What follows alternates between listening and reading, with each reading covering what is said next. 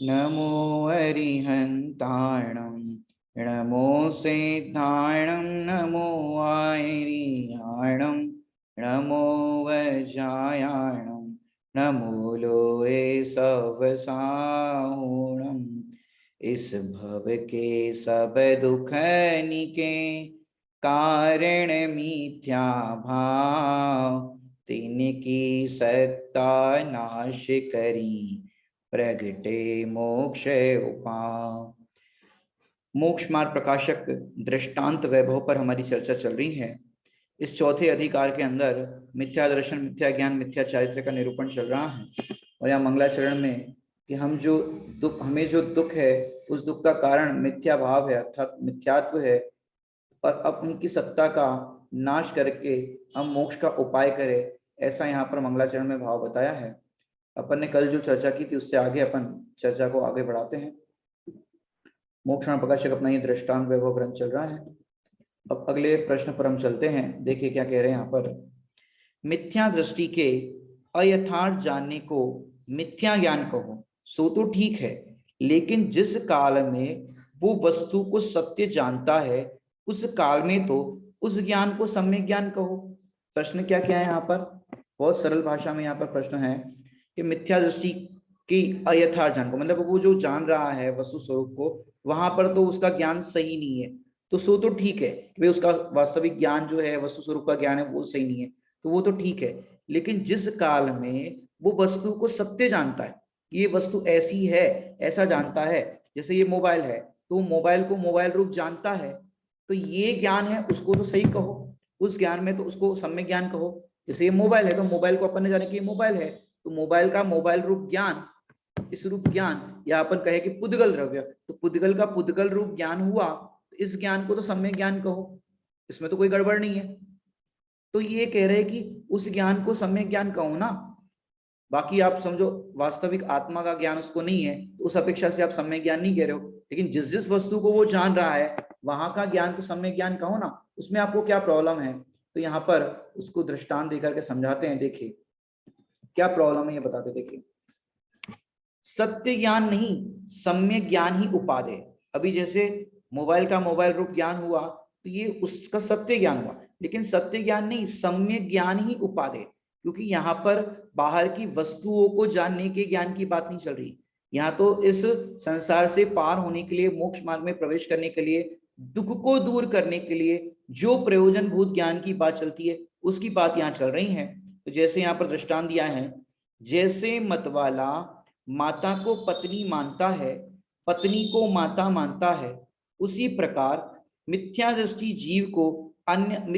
जीव को अन्यथा जानना होता है, उसको निश्चय रूप निर्धार पूर्वक श्रद्धान सहित जानना नहीं होता है। तथा जैसे किसी काल में वही मतवाला माता को माता और पत्नी को पत्नी भी जानता है, इसलिए उसको यथार्थ ज्ञान नहीं कहा जाता। यहाँ पर देखो जो दृष्टांत दिया है मतवाला, मतवाला मतलब किसी ने शराब पी है और शराब पी करके वो नशे में धुत है। अब उसके जो कथन व्यवहार है या वो जो कुछ कहता है उस बात को आप सत्य मान लेते हो। जैसे आप कहीं हाईवे पर जा रहे हो और हाईवे पर आपने रास्ता, आप भटक गए कि भाई कौन सा रास्ता सही है नहीं है, दो रास्ते आए तो आप, और रास्ते में कोई दिखाई नहीं दिया तो आप एक रास्ता आपने पकड़ा कि नहीं नहीं हमको ये लग रहा है ये रास्ता सही है। अब आप उस रास्ते पर चलते तो हो कार लेके, लेकिन ज्यादा स्पीड से नहीं चलते हो, आप रास्ता देखते देखते चलते हो कि कोई सिग्नल मिल जाए, कोई वहां पर माइलस्टोन मिल जाए, किसी तरह से हमको पता चले कि यह रास्ता सही है कि नहीं, बोर्ड मिल जाए। अब उस रास्ते पर एक ऐसे डोलता हुआ व्यक्ति जा रहा है, नशे में धुत है, शराबी है। अब आपको और कोई भी नहीं दिख रहा है, अगर कोई दूसरा व्यक्ति दिखाई दे तो आप तो उसको पूछोगे, लेकिन कोई नहीं दिख रहा है तो आप शराबी से पूछोगे भैया हमको इस जगह पे जाना है, ये जगह पर जाने के लिए ये रास्ता सही है कि गलत है, कि किस रास्ते जाए। अब वो शराबी व्यक्ति कहेगा कि सीधा जाओ, फिर राइट मारो, फिर ऐसा करो ऐसा करो, उसने बताया या फिर कुछ और बताया, तो आप उस शराबी की बात पर कितने कॉन्फिडेंट होते हो, उसने जो बात कही है सत्य है, कितने कॉन्फिडेंट होते हो। अगर उसने बताया भी तो कदाचित आप सोच सकते हो कि चलो एक बार चल के देखते हैं, फिर भी आप आगे किसी और से कंफर्म करो। क्यों? शराबी की, नशे में धुत आदमी की बात का आप विश्वास नहीं करते, क्योंकि उसका कहा गया सत्य भी असत्य जैसा लगता है। और भले वो असत्य ना बोले और सत्य बोल रहा हो तो भी आपको असत्य जैसा लगता है। जो दृष्टांत में यहाँ पर बताया कि जैसे मत वाला कोई शराबी शराब पी करके माता को पत्नी मानता है, अब है माता लेकिन उसको पत्नी मानता है और पत्नी को माता मानता है, नशे में उसको होश नहीं है कौन क्या है।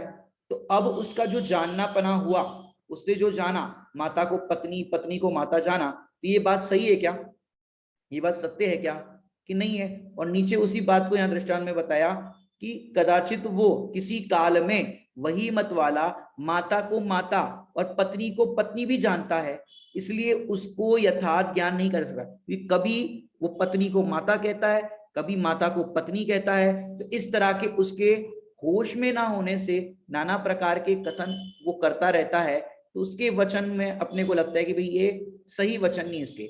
इसलिए कभी भी कोर्ट के अंदर कोई केस चलता है तो वहां पर जो या तो बयान लिया जाता है पुलिस स्टेशन के अंदर किसी बात के लिए, तो वहां पर लिखाया जाता है स्टेटमेंट में कि मैं अपने पूर्ण होशो हवास में ये स्टेटमेंट देने जा रहा हूं, किसी के दबाव में नहीं दे रहा हूं। अब नशे में होगा तो अपने होशो हवास में है ही नहीं, क्या बोल रहा है क्या नहीं बोल रहा है उसको खुद नहीं पता, कभी कुछ कहेगा कभी कुछ कहेगा, तो प्रॉपर स्टेटमेंट उसका हो नहीं पाता है। तो यहाँ पर ये कहना चाहते हैं कि शराबी व्यक्ति का विश्वास नहीं कर सकते, क्योंकि उसका जो ज्ञान है वो सत्य नहीं माना जा सकता, क्योंकि वो नशे में बोल रहा है, वो नशा बोल रहा है, शराबी नहीं बोल रहा है। एक आपने दृष्टांत सुना होगा, शराब शराब पी करके एक व्यक्ति राजा की सवारी जा रही थी, हाथी पर राजा जा रहे थे और राजा को बोला, ए रज्जो हाथी बेचेगा क्या।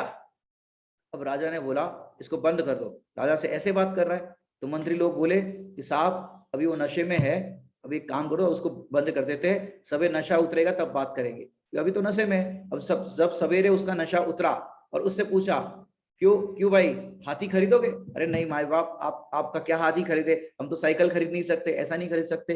अब क्यों ऐसा कर रहा है वो नशे में बोल रहा था। तो मंत्री ने तो रोक दिया कि भैया राजा साहब इसको रोक दो, राजा बोले कि ये हमारे साथ ऐसे बर्ताव कर रहा है, इसको फांसी की सजा दी जाए। तो मंत्री चतुर थे, भाई ऐसे तो रास्ते पे बहुत लोग मिलेंगे शराबी, अब किस किस को फांसी पर चढ़ाओगे। अब वो नशे में बोल रहा है, तो वो नशा बोल रहा है, वो व्यक्ति नहीं बोल रहा है। तो नशे में बोलने वाले व्यक्ति का विश्वास नहीं किया जाता, उसका जानना बोलना कहना भी सत्य नहीं माना जाता। ऐसे ही यहाँ पर मिथ्या दृष्टि जीव को अन्यथा जानना होता है। मिथ्या दृष्टि जीव का भी जो जानना होता है वो कैसा होता है, सत्य जानना नहीं होता, उसको निश्चय रूप निर्धार पूर्वक, मतलब उसका जो जानना है वो निर्णय सहित, निर्धार पूर्वक मतलब निर्णय सहित अर्थात श्रद्धांत सहित जानना नहीं होता। उसने जो जाना है वो श्रद्धांत सहित नहीं जाना है, तथा या श्रद्धांत सहित नहीं जाना है। जैसे हम आपको एक एग्जांपल देकर समझाए, ये डॉक्टर संजीव गोदा साहब ने पंडित जी ने दृष्टांत दिया था उनके प्रवचन में कि जैसे एमसीक्यू के पेपर होते हैं, एमसीक्यू टिक मार्क करने वाले पेपर होते हैं। अब किसी व्यक्ति को वो टिक मार्क करने का आंसर 4 ऑप्शन दिए गए, अब वो 4 ऑप्शन में मतलब 5 प्रश्न दिए और हर एक के 4-4 ऑप्शन है, अब उसको 5 प्रश्न के जवाब नहीं आ रहे, अब पेपर तो हल करना पड़ेगा, खाली पेपर तो नहीं दे सकते। अब अंधाधुनी उसने टिक मार्क कर दिया, हाँ भाई 1 2 3 4 ऐसे कर दिया उसने। अब 5 प्रश्न जो पूछे गए थे सभी आंसर सही निकले, तो बताओ वो इंटेलिजेंट है कि नहीं, उसको इंटेलिजेंट बोलोगे, सभी आंसर उसने सही दे दिए, इंटेलिजेंट बोलोगे कि भाई नहीं उसने तो अंधाधुन लिखा है, उसके अंदर वो सही आंसर क्या है वो उसको पता ही नहीं था। सच्चाई ये है कि वो बुद्धिमान नहीं है, तो डब्बू है, सही तो गलती से हो गया है उससे, मैंने सही उसने लिख दिया टिक कर दिया, वो सही तो गलती से हुआ है, वास्तव में उसको पता ही नहीं है सही आंसर क्या है। ऐसे शराबी व्यक्ति है, कभी माता को पत्नी कहता है, कभी पत्नी को माता कहता है, और कभी पत्नी को पत्नी कहेगा, कभी माता को माता कहेगा, ये गलती से हुआ है, लेकिन वो नशे में है, तो उसका जानना जो है वो सत्य नहीं है, वो सही नहीं जान रहा है, उसके जानने को सही या सत्य जानना नहीं कह सकते। फिर क्या कह सकते हैं, तो आगे उसका देखिए क्या कहते हैं। उसी प्रकार, ये तो दृष्टांत की बात हुई, उसी प्रकार मिथ्या दृष्टि जीव किसी काल में किसी पदार्थ को सत्य भी है, माने उसका कथन जो कहना है वो सत्य भी है, जानने का जो उसने जाना वो सत्य भी है, तो भी यथार्थ ज्ञान नहीं कहा जाता, अथवा सत्य भी जानता है परंतु उनसे अपना प्रयोजन अयथार्थ ही साधता है, इसलिए उसको सम्यक ज्ञान नहीं कहते। जैसे विष के संयोग से भोजन को भी विषरूप कहते। अब भोजन तो भोजन है, जैसे खीर बनाई आपने, पूरे गांव का भोजन था और आपने बहुत मैंने समझो ना 50 लीटर खीर बनाई, अब 50 लीटर खीर बनाई पूरे गांव के भोजन के लिए, अब पूरी खीर बिल्कुल स्वादिष्ट है, अब उसमें एक पोटेशियम साइनाइड की बूंद गिर गई। कौन सी गिरी? पोटेशियम साइनाइड, मतलब जहर की बूंद गिर गई। सिर्फ एक ड्रॉप वो जहर की बूंद गिरी है, बाकी दूध तो अच्छा है, बाकी खीर तो अच्छी है, बाकी चावल तो अच्छे हैं। बोलो कितने लोगों को परोसोगे जब आपको ये पता चला कि इसमें जहर की बूंद गिरी? नहीं परोसोगे। क्यों? क्योंकि भैया एक बूंद भी उस खीर में गिरा तो वो खीर खीर नहीं है, जहरीली खीर है, वो जहरीली खीर हो गई। क्योंकि जैसे यहाँ पर कहा विष के संयोग से भोजन को भी विष रूप कहते हैं, ये खीर भी जहरीली है, ऐसा कहते हैं। इसी प्रकार मिथ्या दृष्टि के समस्त ज्ञान को मिथ्या ज्ञान ही कहते हैं। समस्त ज्ञान को, सब कुछ वो देखो, मिथ्या दृष्टि भी कहेगा शरीर अलग है, आत्मा अलग है, कोई किसी का नहीं है, संसार में सब स्वार्थ के है, सुतदारा हो ना सीरी, सब स्वार्थ के है वीरी। अब मिथ्या दृष्टि ने ऐसा जाना, ऐसा कह रहा है, बताओ उसका ज्ञान सच्चा है कि नहीं? ये सब अनित्य है, असरण है, कोई किसी का नहीं। कभी तो कहता है कि अनित्य है, असरण है, और कभी तो कहता है पैसा ही काम आएगा, संयोगी काम आएंगे, ये सब काम आएगा। लेकिन उसका निर्धार कुछ करता नहीं, निर्णय कुछ करता नहीं। माने वो कह तो रहा है, उसने जाना भी, शास्त्र से जान लिया, गुरु के उपदेश से जान लिया, लेकिन उस जानने को जानना नहीं कहते, क्योंकि वो श्रद्धांत सहित जानना नहीं है। इसलिए मिथ्या दृष्टि का समस्त जानना जो है, ज्ञान है, उस ज्ञान को मिथ्या ज्ञान कहा। जो कुछ भी वो जानता है, भले ही वो रस्सी को रस्सी गए, अभी आगे दृष्टांत वही आने वाला है, तो उसके ज्ञान को अयथार्थ कहते हैं। माने उसका जानना यथार्थ नहीं है, कभी यथार्थ ज्ञान भी कहा जाता है शुरुआत से पहले। उसी प्रकार मिथ्या दृष्टि जीव किसी काल में किसी पदार्थ को सत्य भी है, जैसा है वैसा कहता है, वैसा जानता भी है, लेकिन मानता नहीं। जीव जुदा, पुद्गल जुदा, ये जानता भी है, कहता भी है, लेकिन मानता नहीं है। जरा सा संयोग मंदिर आया हो और मंदिर आने के बाद चप्पल खो जाए तो मानो ऐसा लगता है कि मेरा सब कुछ खो गया, मैं सब कुछ ये हो गया। उसमें अपना एकत्व, ममत्व, कर्तृत्व, भुक्तत्व स्थापित किया है, लेकिन अंदर में मान्यता में तो यही मानता है ये सब संयोग आदि सब मेरे है। तो भी यथार्थ ज्ञान नहीं कहा जाता। सत्य जानता है फिर भी, अथवा सत्य भी जानता है, परंतु उनसे अपना प्रयोजन अयथार्थ ही साधता है। माने जहां प्रयोजन की बात है वहां श्रद्धान करता नहीं, और अप्रयोजन भूत के बारे में जानता है और वैसा का वैसा श्रद्धान भी करता है अप्रयोजन भूत में, लेकिन अपना प्रयोजन साधता नहीं, अपना प्रयोजन अयथार्थ ही साधता है। इसलिए उनको सम्यक ज्ञानी, माने प्रयोजन साधे तो सम्यक ज्ञान, और प्रयोजन नहीं साधता है तो उसके ज्ञान को सम्यक ज्ञान नहीं कहा जा सकता। तो ऐसा यहाँ पर उसका भाव बताया है, बहुत ही सरल भाव है यहाँ पर। इसलिए आप समय साहब जी की गाथाओं से समझ सकते हो, वहां पर गाथाएं आई, ज्ञानी के सब भाव ज्ञान से बने हुए हैं, वही भाव अज्ञानी के अज्ञानी, माने वही भाव जो है वो अज्ञानी के अज्ञान में है, ऐसा वहां पर भाव है। ज्ञानी के भाव ज्ञान में, अज्ञानी के भाव अज्ञान में, माने उसकी पूजा भी कैसी है? अज्ञान में। अज्ञानी की पूजा अज्ञान में, ज्ञानी की पूजा ज्ञान में, क्योंकि पूजा करते समय भी वो जान रहा है कि मैं पूजा को मात्र जानने वाला हूँ, करने वाला नहीं हूँ। तो ऐसा उसका जो जानना है वो है सम्यक ज्ञान। और अज्ञानी कर रहा है तो उसमें क्या है, मैं पूजा करने वाला हूँ, मैंने पूजा की, ये की, तो उसका जो जानना है वो कैसा है? मिथ्या ज्ञान है। सच्चा ज्ञान उसको हम नहीं कह सकते। तो ऐसा यहाँ पर इसका भाव है। आगे हम देखते हैं, आगे नेक्स्ट, आप सम्यक दृष्टि के समस्त ज्ञान को सम्यक ज्ञान और मिथ्या दृष्टि के समस्त ज्ञान को मिथ्या ज्ञान क्यों कहते हो? ऐसा थोड़ी ना होता है, मिथ्या दृष्टि भी है, उसका कुछ परसेंट तो ज्ञान कहो कि भाई 20% ज्ञान सच्चा है, 80% ज्ञान गलत है, ऐसा कुछ परसेंटेज तो बताओ, कुछ तो सही होगा।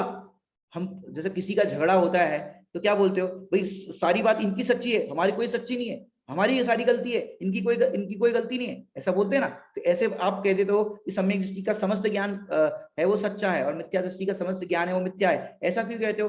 कुछ मिथ्या दृष्टि की भी गलती है, कुछ सम्यक दृष्टि की भी गलती हो सकती है, उसके जानने में भी तो कुछ हो सकता है प्रॉब्लम। तो यहाँ पर ये प्रश्न खड़ा किया है कि सम्यक दृष्टि के समस्त ज्ञान को सम्यक ज्ञान और मिथ्या दृष्टि के समस्त ज्ञान को मिथ्या ज्ञान क्यों कहते हैं? तो उसका यहाँ पर उत्तर देते हैं। देखिए, जिस प्रकार मिथ्या दृष्टि रस्सी को रस्सी तो जाने, रस्सी को रस्सी जाने तो सम्यक ज्ञान नाम नहीं होता। रस्सी को रस्सी जाने, मोबाइल को मोबाइल जाने, ऐसे जगत के समस्त पदार्थों को जाने, तो उस जानने को यहाँ पर सम्यक ज्ञान नाम नहीं कहा। ऐसे तो हर कोई जानेगा, सब पदार्थों को सब जानते हैं कि नहीं जानते, लेकिन देखो सम्यक दृष्टि और मिथ्या दृष्टि के ज्ञान में क्या अंतर है, पहले अपन ये पूरा पढ़ते हैं फिर अपन खुलासा करते हैं। जिस प्रकार मिथ्या दृष्टि रस्सी को रस्सी जाने तो सम्यक ज्ञान नाम नहीं होता, और सम्यक दृष्टि रस्सी को सांप जाने तो मिथ्या ज्ञान नाम नहीं होता, उसी प्रकार अप्रयोजनभूत पदार्थों को यथार्थ जानो या अयथार्थ जानो, उसकी अपेक्षा मिथ्या ज्ञान सम्यक ज्ञान नाम नहीं है। माने यहाँ पर जानने की बात जो चल रही है वो प्रयोजनभूत पदार्थों को जानने की बात चल रही है, कि तुम प्रयोजनभूत पदार्थ को जानने में यदि गलती करते हो, उसका अयथार्थ ज्ञान या अयथार्थ श्रद्धान करते हो, तो आपका जो ज्ञान है वो मिथ्या ज्ञान, और आप प्रयोजनभूत तत्व के ज्ञान में उसका ज्ञान सच्चा करते हो, यथार्थ ज्ञान करते हो, उसका वैसा का वैसा श्रद्धान करते हो, तो आपका ज्ञान है वो सम्यक ज्ञान कहलाता है। समझ रही बात? उस ज्ञान को सम्यक ज्ञान कहेंगे। लेकिन यहाँ पर जानने की बात नहीं चल रही कि भाई हमने रस्सी को रस्सी रूप जान लिया तो हमारा ज्ञान सम्यक ज्ञान हो गया, सच्चा ज्ञान हो गया, कि भाई उसको सच्चा ज्ञान उस वस्तु की अपेक्षा से कह सकते हैं, भाई इन्होंने ये वस्तु को जाना, ये बराबर जाना, लेकिन प्रयोजन की सिद्धि के लिए जो ज्ञान की आवश्यकता है वो ज्ञान ये नहीं कहा जा सकता। दृष्टांत में देखो, मिथ्या दृष्टि रस्सी को रस्सी जाने तो सम्यक ज्ञान नाम नहीं होता। ऐसे हमने अब तक, और मैं आपको बताऊं, सातों तत्वों को भी जाना, क्या कह रहे हैं, सातों तत्वों को जाना, लेकिन सातों तत्वों में मैं कौन हूं, मेरा क्या स्वरूप है, इसका निर्णय नहीं किया। सातों तत्वों के बारे में जानकारी तो की, तो जानकारी कर लेने का नाम सम्यक ज्ञान नहीं है। जान लिया कि भाई हमने जान लिया जीव कौन है, अजीव कौन है, आश्रवबंध क्या है, उसका क्या स्ट्रक्चर है, कितने भेद है, कितने प्रभेद है, द्रव्य भाव सब कुछ जान लिया, तो इस जानने को जानना नहीं कहते। जानना तो उसे कहते हैं कि जहां अपना प्रयोजन भूत माने जीव तत्व जो है वो हितरूप भाषित हो, जीव तत्व आश्रय करने योग्य उपादेय लगे, अजीव तत्व है वो मात्र ज्ञेय नजर आए, आश्रव बंध हे दिखाई दे, संवर निद्रा जो है वो प्रकट करने योग एक देश उपादेय, और मोक्ष है वो प्रकट करने योग परम उपादेय ऐसा लगे, जब ऐसा भाषित हो तब वो जानना है वो सच्चा ज्ञान कहलाएगा। तो ऐसे वस्तु स्वरूप के बाहर के ज्ञान को यहाँ पर सम्यक ज्ञान या इससे मिथ्या ज्ञान से संबंध नहीं है। चाहे वो सम्यक दृष्टि हो तो उस सर्प को रस्सी जान ले तो भी उसके ज्ञान में कोई अंतर नहीं पड़ता, मिथ्या ज्ञान नहीं होता। जैसे मिथ्या दृष्टि ने कहा ये मोबाइल मेरा है, मतलब मिथ्या दृष्टि ने जाना ये मोबाइल है, और सम्यक दृष्टि ने भी जाना ये मोबाइल है। अब अंतर क्या है, मिथ्या दृष्टि अब इस मोबाइल को मेरा मोबाइल मानता है, और सम्यक दृष्टि ये जानता है कि ये मोबाइल मेरा नहीं है, ये तो पुद्गल का है, इसकी सत्ता मेरे आत्म सत्ता से न्यारी है। तो ये ज्ञान है, ये है सम्यक ज्ञान, ये है सच्चा ज्ञान।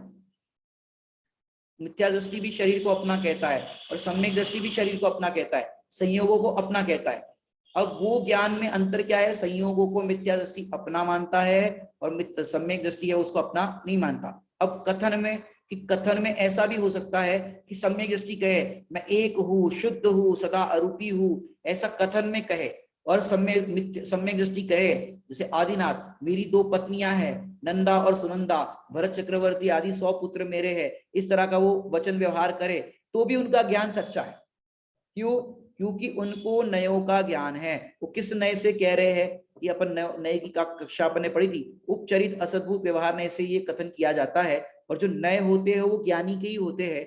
वो सिर्फ कथन में कह रहे हैं कि ये मेरी फैमिली है, ये मेरे बच्चे हैं, ये सब है, लेकिन श्रद्धान में जान रहे हैं हम ना किसी के कोई ना हमारा, झूठा है जग का व्यवहारा। बस मिथ्या दृष्टि हाथ पे हाथ धर के अंदर ऐसा बोल रहा है मैं एक हूँ, शुद्ध हूँ, ये हूँ, ये हूँ, सब शुद्ध नहीं की बातें कर रहा है, लेकिन अंदर में मान्यता पड़ी है ये पत्नी मेरे है, बच्चे मेरे है, मान्यता में है ना ये मेरे है। ये मान्यता की अपेक्षा से या श्रद्धा की अपेक्षा से बात चल रही है कि यहाँ पर प्रयोजनभूत तत्वों के बारे में गलती हो रही है, उसका यथार्थ जानना नहीं हो पा रहा है, तो आपका ज्ञान मिथ्या ज्ञान है। और प्रयोजनभूत तत्वों के बारे में आपका ज्ञान जो है सच्चा है, तो आपका ज्ञान सम्यक ज्ञान है।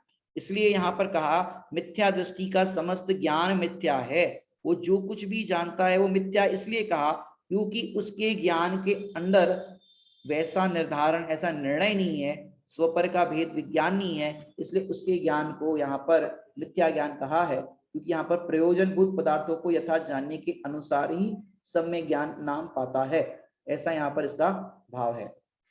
आगे हम देखते हैं क्या कह रहे हैं उसका समाधान।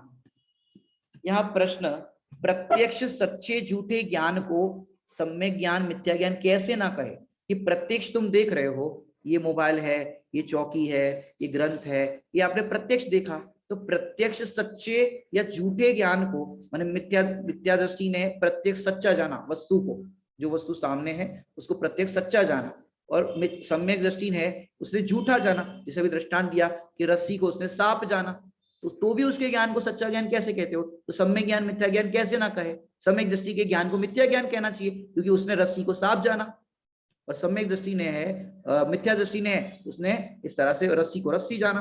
तो ऐसा क्यों कि प्रत्येक सच्चे झूठे ज्ञान को सम्यक ज्ञान मिथ्या ज्ञान कैसे ना कहे?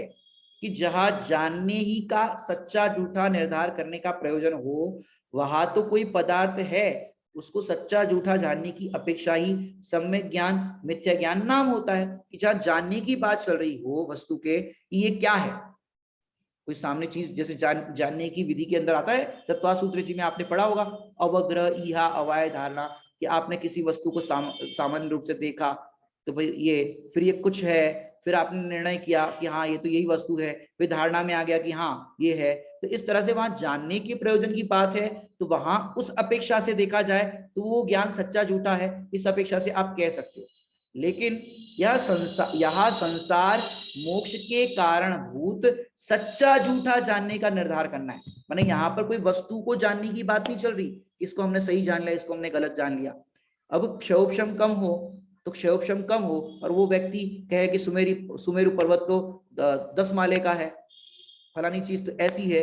अब क्षयोपशम कम हो, ज्यादा ज्ञान ना हो, भले वो सुमेरु पर्वत को 10 माले का कह दे, और फिर उसके आत्मा का ज्ञान सच्चा हो, आत्मा का ज्ञान अर्थात प्रयोजनभूत तत्वों के संदर्भ में उसको निर्णय हो मैं आत्मा हूं, और ये सब सातों तत्वों का यथार्थ ज्ञान हो। अब वो बाह्य नरक, वो कहते नरक 10 होते हैं, 7 की जगह 10 कह दे, 16 स्वर्ग की जगह पे 20 कह दे। अब क्षौपशम में कम ज्यादा भूल जाते, क्षौपशम की बात है, अब वो कम ज्यादा कह दे तो उसके ज्ञान को मिथ्या ज्ञान कहोगे आप, कि सम्यक दृष्टि अगर इस तरह से भूल जाए। अब शिवभूति मुनिनाथ थे, उनको ज्यादा याद नहीं रहता था, अब वो कुछ गलत भी बोल दे या गलत उनसे प्रतिपादन हो, तो उस ज्ञान को मिथ्या ज्ञान नहीं कहेंगे, क्योंकि प्रयोजनभूत तत्वों के बारे में उनको यथार्थ ज्ञान है, और बाकी इन सबको अप्रयोजनभूत का, जीवादि प्रयोजनभूत तत्व के, जीवादि 7 तत्व है, ये प्रयोजनभूत है, उसके अलावा जो कुछ भी आता है ऑल ओवर जिनागम की बात कहो, वो सब कुछ अप्रयोजनभूत में लिया।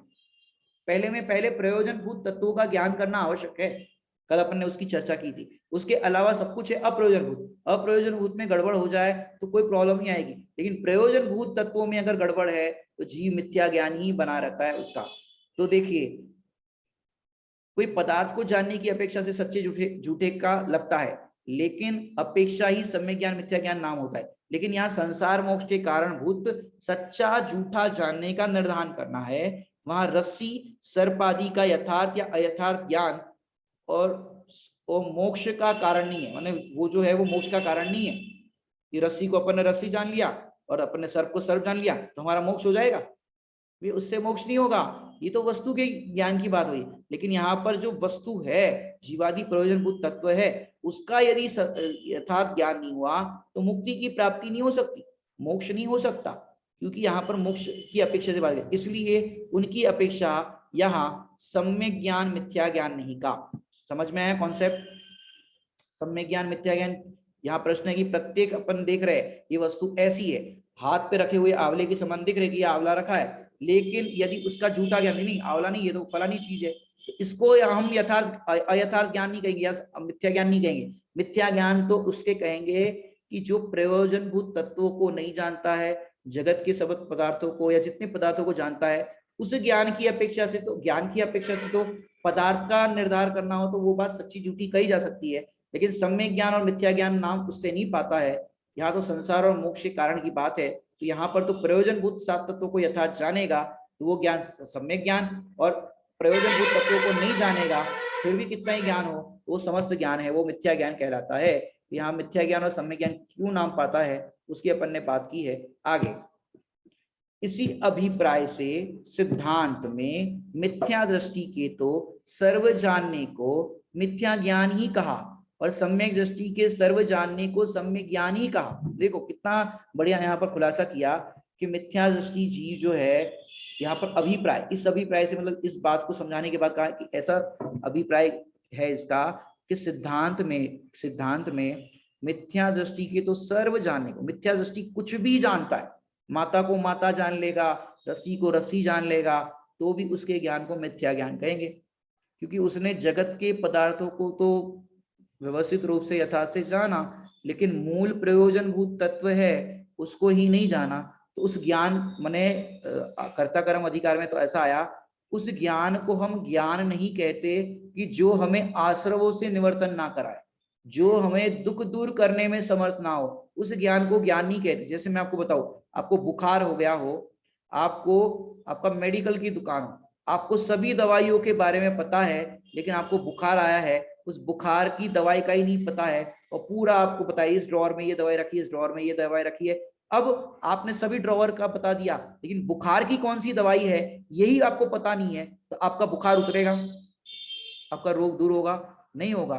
ऐसे ही बहुत कुछ ज्ञान है, तो उस जान कोई दवाई लेने आए, भैया बुखार की दवाई देना, आप बोलो नहीं नहीं मेरे पास सर्दी की पता है, जुकाम की पता है, फलानी पता है, वो चाहिए वो चाहिए वो चाहिए। अरे भैया हमें बुखार की दवाई चाहिए, वो है क्या? वो नहीं है। वह काय की दुकान है तुम्हारी, काय का नॉलेज है तुम्हें मेडिकल का?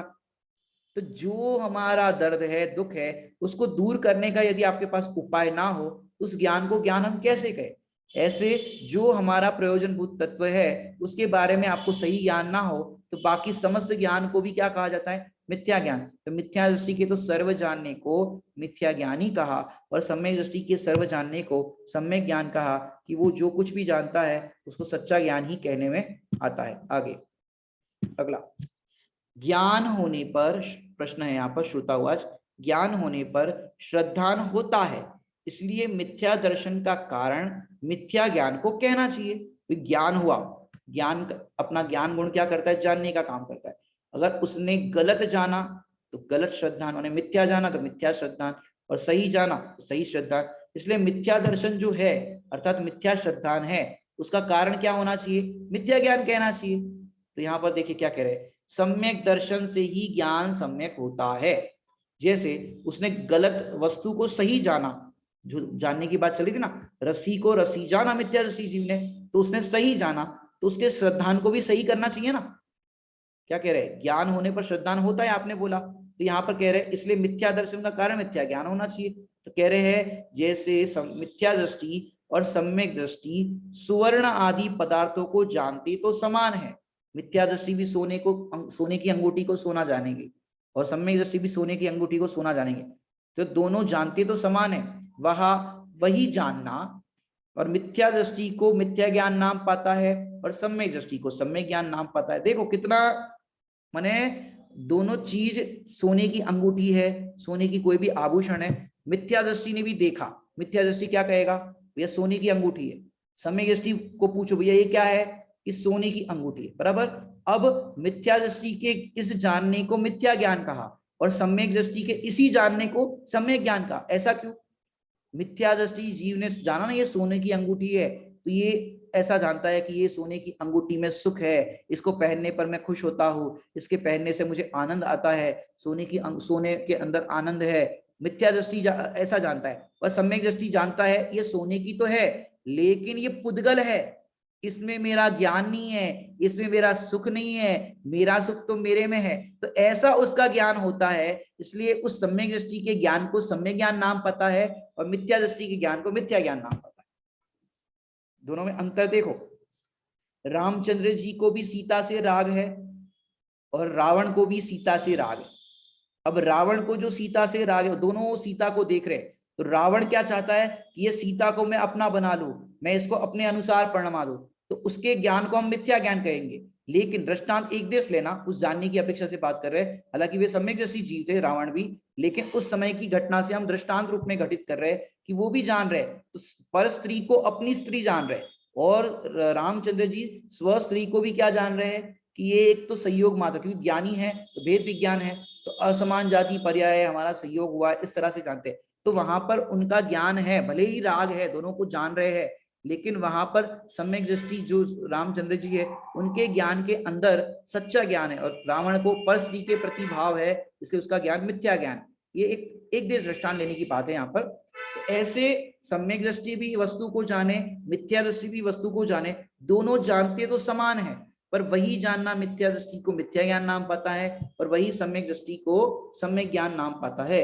ऐसा जानने की प्रोसेस की अपेक्षा सही कहा, उसी प्रकार यहाँ सिद्धांत घटित कर रहे हैं। उसी प्रकार मिथ्या और सम्यक ऐसी संज्ञा ज्ञान को मिथ्या दर्शन और सम्यक दर्शन के निमित्त से ही होती है। माने ये नाम किस लिए पाता है कि मिथ्या और सम्यक, ये जो संज्ञा है ना, मिथ्या दर्शन सम्यक दर्शन, तो ये जो दर्शन की बात आई, ऐसी संज्ञा ज्ञान को मिथ्या दर्शन और सम्यक दर्शन के निमित्त से ही होती है। माने सम्यक, यदि आपका ज्ञान सच्चा है, यथार्थ जानना होता है प्रयोजनभूत तत्वों का, उस ज्ञान को सम्यक दर्शन, और प्रयोजनभूत तत्वों को सच्चा आप नहीं जानते हो तो उसी ज्ञान को मिथ्या दर्शन कहा, उसके निमित्त से ही होती है। अतः सर्व मिथ्या ज्ञान को मिथ्या दर्शन और सर्व और सम्यक ज्ञान को सम्यक दर्शन कारण जानना चाहिए। कि सभी मिथ्या ज्ञान को मिथ्या दर्शन, माने मिथ्या ऐसा नहीं होगा मिथ्या जाने और उसका दर्शन सम्यक हो जाए। क्या कहा? मिथ्या जाने मिथ्या ज्ञान हो, माने प्रयोजनभूत तत्वों का यथार्थ ज्ञान ना हो और उसको सम्यक दर्शन हो जाए, ऐसा नहीं हो सकता। और यहाँ पर कह रहे हैं सम्यक ज्ञान को ही सम्यक दर्शन का कारण जाना, और दोनों साथ में ही होते, समकाल में होते, जो अपन ने चौथी ढाल में पढ़ा था, सम्यक साथे होए भिन्न, सम्यक साथे ज्ञान होए पे भिन्न आराधो। ये सम्यक साथे ज्ञान होए, दोनों एक साथ ही होते हैं, सम्यक दर्शन और सम्यक ज्ञान। तो सम्यक ज्ञान पूर्वक होता है सम्यक दर्शन, लेकिन दोनों समकाल होने से साथ में कहा गया है, क्योंकि पहले वस्तु को जानना होता है, प्रयोजनभूत तत्व आत्मा को जाना, और जान करके श्रद्धा ने क्या किया? अहम किया कि ऐसा ही मैं हूं। ऐसा जानने के बाद वैसा श्रद्धान किया तो वो ऐसा ही मैं हूं। तो उसी समय सम्यक जब ये निर्णय किया मैं ऐसा ही हूं और मेरा स्वरूप ऐसा है, तो दोनों एक साथ हुए, ज्ञान और श्रद्धा दोनों एक साथ हुई, इसलिए सम्यक साथे ज्ञान हो, ऐसा कहने में आता है कि सम्यक ज्ञान और सम्यक दर्शन दोनों एक साथ होते हैं, अलग अलग नहीं होते। तो सर्व मिथ्या ज्ञान को मिथ्या दर्शन और सम्यक ज्ञान को सम्यक दर्शन कारण जानना चाहिए। तो यहाँ पर यह समझना चाहिए कि हमें यदि सम्यक दृष्टि होना है, सम्यक ज्ञान करना है, तो हमारे ज्ञान को क्या करना पड़ेगा कि हमारे ज्ञान को परद्रव्यों से हटा करके अपने प्रयोजनभूत तत्व है, उन प्रयोजनभूत तत्वों को जानने के लिए पुरुषार्थ करना पड़ेगा। प्रयोजनभूत, देखो अब तक जीव ने जगत के समस्त पदार्थों को जानने की कोशिश की, और जितना जितना जानना होता है उतना जाना, लेकिन अपने को नहीं जाना। अपने को जानने के लिए बहुत पुरुषार्थ चाहिए। पुरुषार्थ इसलिए कह रहे हैं कि जीव को दूसरों को जानने में, पर पदार्थों को जानने में तो आनंद आता है, इच्छा होती है, लेकिन अपने को जानने की इच्छा नहीं होती। कभी इस जीव ने अपने को देखा तक नहीं, जब देखे तब आनंद होगा। और ज्ञानी तो कहते हैं, देखा जब अपने अंतर में कुछ और नहीं, भगवान हूं मैं पर्याय भले ही पामर हो, अंतर से वैभववान हूं मैं, देखा जब अपने अंतर। अब जब देखा तब पता चला ऐसा है। अब ये जीव देखता तो कहाँ है? देखता बाहर बाहर है, पर पदार्थों को देखता रहता है। माने आत्मा में दो प्रकार के स्वभाव है, स्वपर प्रकाशक, स्व और पर। ज्ञान में जानना होता है तो स्व को भी जानता है और पर को भी जानता है, दोनों को जानना होता है। अब पर प्रकाशक होता है, माने देखो दर्पण के अंदर जो पदार्थ झलकते हैं, उन पदार्थों के अंदर दर्पण की स्वच्छता भी है और वो जो पदार्थ झलक रहे हैं वो भी है, दोनों चीजें झलक रही है उसके अंदर। तो उसी टाइप पे दर्पण की एंगल से हम देखो, जब दर्पण खरीदने जाते हैं तब हम क्या देखते हैं? दर्पण की स्वच्छता देखते हैं, कितना स्पष्ट रूप से उसमें दर्पण में प्रतिबिंब झलक सकता है। और जब दर्पण लेकर के आते हैं तो क्या देखते हैं? अपना चेहरा देखते हैं, जो भी पदार्थ वो देखते हैं। तो यहाँ पर देखो दोनों चीज, अब आप जब दर्पण को देखते हो तो अपने चेहरे को नहीं देखते, जब खरीदने जाते हो तो दर्पण को देखते हो तो चेहरे को नहीं देखते, लेकिन चेहरा दिखता है कि नहीं दिखता? दिखता है। अब दर्पण के एंगल से कहो तो स्व प्रकाशक, और चेहरे की अपेक्षा से वहां दिख रहा है तो कहोगे पर प्रकाशक। ऐसे ही आप देखो, माने जानने की बात चल रही है ना, जैसे अलाउद्दीन खिलजी, अलाउद्दीन खिलजी ने जो पद्मावती था, पद्मावती के रूप की चर्चा सुनी कि बहुत सुंदर है, तो अलाउद्दीन खिलजी वहां पर उसका रूप देखने के लिए कि मुझे उसका रूप देखना है, तो वहां पर वो अलाउद्दीन खिलजी पद्मावती का रूप देखने के लिए आए। अब एक स्त्री जो शीलवान है वो पर पुरुष के सामने कैसे आएगी? लेकिन वहां पर क्या हुआ कि उनने कहा कि मैं यहाँ से वापस चला जाऊंगा, लेकिन बस मेरी एक ख्वाहिश है कि मैं एक बार पद्मावती के रूप को देख लूं, पद्मावती के रूप को देख लूं। अब कैसे करे वो? तो क्या किया, बड़े बड़े दर्पण लगाए गए। क्या लगाया गया? बड़े बड़े दर्पण लगाए गए और महल में पद्मावती को एक तरफ ऐसा खड़ा किया गया। अब वो तो अपने महल में है और बड़े बड़े दर्पण दिखाए गए। अब उस दर्पण के अंदर या एक तालाब के अंदर इस तरह से दिखाया, मतलब उसको दिखाया गया, दर्पण समझ लो। तो अब वो पद्मावती तो अपने रूम में है, अपने कक्ष में है, और उसी समय दर्पण के अंदर अलाउद्दीन खिलजी को पद्मावती का चेहरा दिखा। तो पद्मावती का चेहरा दिखा कि नहीं दिखा? देखा कि नहीं देखा उसने? पद्मावती का चेहरा देखा कि नहीं देखा? कि देखो, दिखा, दिखा भी और नहीं भी दिखा। पद्मावती तो अपने वहां पर ही थी, लेकिन उस दर्पण की अपेक्षा से कहो तो दिखा, और वास्तविक की अपेक्षा से देखो तो नहीं दिखा। तो दोनों अपेक्षाएं है कि स्व और पर प्रकाशक। ऐसे जो पर प्रकाशक होता है, आप पर का लक्ष्य करते हो तो वो पर की ओर जाता है, पर मैंने पर का श्रद्धान की ओर जाता है, और स्व का लक्ष्य करते हो तो स्व के श्रद्धान की ओर जाता है। तो यहाँ पर जानना जो है वो प्रयोजन भूत पदार्थों की अपेक्षा से जानना है। अब पर तो है, बहुत है, तो पर को जान करके पर की श्रद्धा नहीं हो सकती। ये श्रद्धा एक में ही अहम करती है, अनेक में अहम नहीं करती। तो पर को जाना तो कितने पर है, अब पर में कितने अहम करने जाओगे, तो पर में तो इतना अहम नहीं हो सकता। उसी प्रकार यहाँ पर कह रहे हैं कि प्रयोजन भूत ज्ञान को ही, प्रयोजन भूत जो ज्ञान हुआ उस ज्ञान के श्रद्धान को सम्यक श्रद्धान या सम्यक दर्शन कहते हैं। और अप्रयोजन भूत ज्ञान कितना ही है, अब वो ज्ञान को मिथ्या ज्ञान कहा, क्योंकि वो तुम्हारे प्रयोजन की सिद्धि करने वाला नहीं है। इस अपेक्षा से अप्रयोजन भूत ज्ञान को सर्व ज्ञान, जितना भी ज्ञान है, शास्त्र ज्ञान भी है, वो समस्त ज्ञान को मिथ्या ज्ञान कहा, और उस ज्ञान के श्रद्धान को मिथ्या दर्शन या मिथ्या श्रद्धान कहा। तो ऐसे यहाँ पर इसका भाव जानना चाहिए। तो आज हमने जो प्रश्न हल किए, 2-3 हमने यहाँ पर श्रोतावाच के देखे हैं। सबसे पहले जो बात आई थी कि मिथ्या दृष्टि के अयथार्थ जानने को मिथ्या ज्ञान कहो सो तो ठीक है, लेकिन जिस काल में वो वस्तु को सत्य जानता है उस काल में तो उस ज्ञान को सम्यक ज्ञान कहो। कि भाई यहाँ पर ये अपन ने खुलासा किया कि भाई वो उस काल में सत्य तो जान रहा है, लेकिन वो अप्रयोजन भूत है, उससे तुम्हारे संसार मोक्ष का कोई रिलेशन ही नहीं है। तो उस समस्त ज्ञान को मिथ्या ज्ञान यहाँ पर कहने में आया। उसके बाद अपन ने दूसरा प्रश्न जो देखा, उस दूसरे प्रश्न के अंदर क्या आया कि आप सम्यक दृष्टि के समस्त ज्ञान को सम्यक ज्ञान और मिथ्या दृष्टि के समस्त ज्ञान को मिथ्या ज्ञान क्यों कहते हो? क्योंकि भैया उसका जो ज्ञान है मिथ्या दृष्टि का वो अप्रयोजन भूत है, और अप्रयोजन भूत समस्त ज्ञान को मिथ्या ज्ञान में लिया और प्रयोजन भूत समस्त ज्ञान को सम्यक ज्ञान में कहा। यहाँ बात जानने की नहीं है, वस्तु को जानने के लिए नहीं है, यहाँ तो सातों तत्वों के प्रयोजन भूत पदार्थों को जानकर उसके श्रद्धान की बात करनी है। तो इस अपेक्षा से यहाँ पर ये बात की। और बाद में अंत में अपन ने एक प्रश्न ये देखा कि ज्ञान होने पर भी श्रद्धान होता है, इसलिए मिथ्या दर्शन का कारण मिथ्या ज्ञान को कहना चाहिए कि भाई ऐसा यहाँ पर नहीं है। यहाँ पर तो मिथ्या दृष्टि और सम्यक दृष्टि दोनों को एक, दोनों जीव है वो एक वस्तु को समान रूप से जानेंगे, फिर भी उसके ज्ञान, मिथ्या दृष्टि के ज्ञान को मिथ्या ज्ञान कहा जाएगा, सम्यक दृष्टि के ज्ञान को सम्यक ज्ञान। वस्तु एक ही है लेकिन दोनों जान रहे उसको, लेकिन दोनों के अभिप्राय में कहो, श्रद्धान में कहो, वो दोनों के जानने और श्रद्धान में अंतर होने से सम्यक दर्शन से ही ज्ञान सम्यक होता है। ये बात का यहाँ पर निश्चय होता है, निर्णय होता है। आज अपन ने 2-3 ये अपने क्वेश्चन हल किए हैं, मैंने दृष्टांत और सिद्धांत देखे, इसकी विशेष चर्चा अपन कल देखेंगे। ओम नमः सिद्धेभ्यो।